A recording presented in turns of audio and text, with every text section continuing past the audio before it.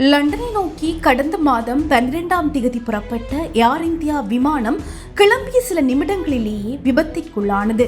இந்த பயங்கரமான விமான விபத்தில் பயணம் செய்த 241 பேர் உயிரிழந்தனர் என்பதையும் அது நாடெங்கும் பெரும் சோகத்தை ஏற்படுத்தியது என்பதையும் மறுக்க முடியாது. விபத்தில் உயிர் பிழைத்த ஒரே நபர் விஸ்வாஸ் இன்னும் அதிர்ச்சியிலிருந்து மீளவில்லை என அவரது சகோதரர் தெரிவித்துள்ளார்.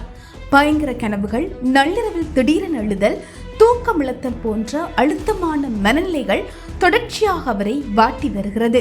அவருடன் பயணித்த மற்றொரு சகோதரர் உயிரிழந்ததன் துயரம் மற்றும் விமான விபத்திலிருந்து தப்பிய அதிர்ச்சி விஸ்வாசை இன்னும் சீராக வாழ விடாமல் வைத்துள்ளது.